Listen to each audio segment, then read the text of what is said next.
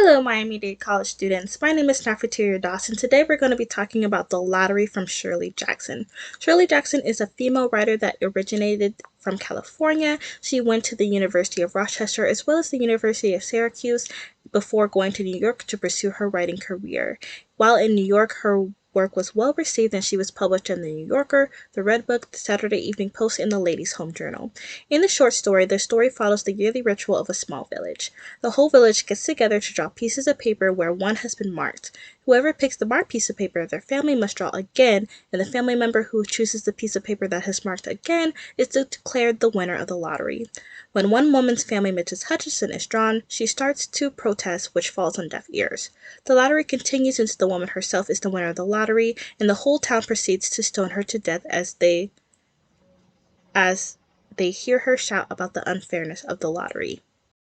The lottery is a social commentary on the morality of certain cultural traditions, and how blindly following traditions can lead to the desensitization of the people in that culture.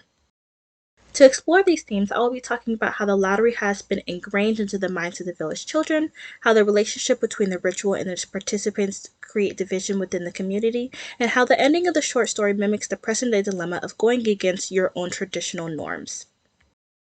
The first point in my speech will be talking about how the lottery has been ingrained into the minds of the children in the village. At the beginning of the story, it is established that the ritual is something that all members of the village participate in no matter their age. In the text on page 1, it says, "The children assembled first, of course, pockets full of stones, selecting the smoothest and the roundest stones." We can see from this line that not only did the children participate, but they are actively preparing for this ritual.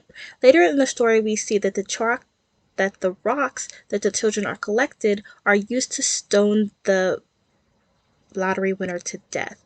Because the children are actively picking stones, it means that they understand and they know what's going to happen at the end of the lottery. Usually children are not violent, but in this tradition, they have been molded to actively want to participate in a violent tradition because they have been doing it for their whole lives. Now that we've talked about how the lottery affects the village's children, I would like to talk about how the lottery affects the relationship between people in the same culture as the village. After many people gather in the town square for the lottery, we meet a special character of Old Man Warner. He is the oldest man in the village and has been doing the lottery for the longest out of all of the villagers. On the fourth page of this story, it says, "Some places have already quit the lottery," Mrs. Adams said. "Nothing but trouble in that," Old Man Warner said. "Pack of young fools." This quote, we see that Mr. Warner is very upset that some villages have stopped the lottery. He thinks it is foolish. He thinks it's a wrong decision. This quote shows us that this is a long-standing tradition that's been happening for a long time, and anybody who seems to be straying from this tradition is viewed as being stupid and for not having a reason to not do this tradition. In other villages, maybe the lottery was seen as unnecessarily violent, and that is why they stopped the tradition. But to Old Man Warner, stopping this tradition that he's been doing his whole life, there's no way that he could think of doing it, and anybody who thinks of stopping the tradition is a bad person.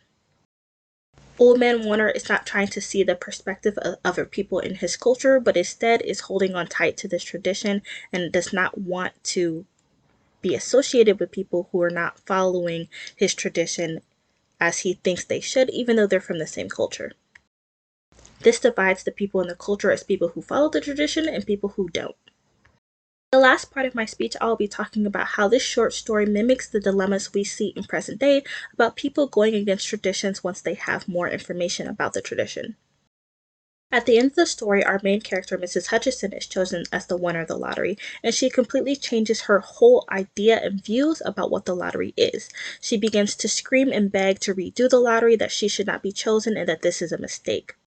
Before this, she did not show any concern about participating in the lottery. She even showed up late and enthusiastically chose a piece of paper out of the box. On the last page, it states, "It isn't fair, it isn't right," Mrs. Hutchinson screamed, and then they were upon her. In this quote, we see that after she's chosen, she decides that the lottery is unfair and that it's not morally right. We can relate this to the present day because people might participate in traditions for a long time before getting some outside information that makes them think that maybe they shouldn't be doing this tradition and that maybe the tradition is wrong. This often happens way too late, and that the tradition has made a lasting impact on their lives. In conclusion, the short story The Lottery looks at how blindly following cultural traditions can lead to the ethical and moral dilemmas within the community of its people. The short story gives the reader an interesting perspective into cultural traditions, and poses questions like why we follow the traditions that we follow and what is morally correct when it comes to different cultures. I found this story to be particularly interesting because at the end it threw a big twist and made the reader question their whole emotions throughout the story. As I finish the speech, I would like every one of you to think about the traditions that you follow in your own culture and say, why do you follow those traditions and are they morally correct? Thank you.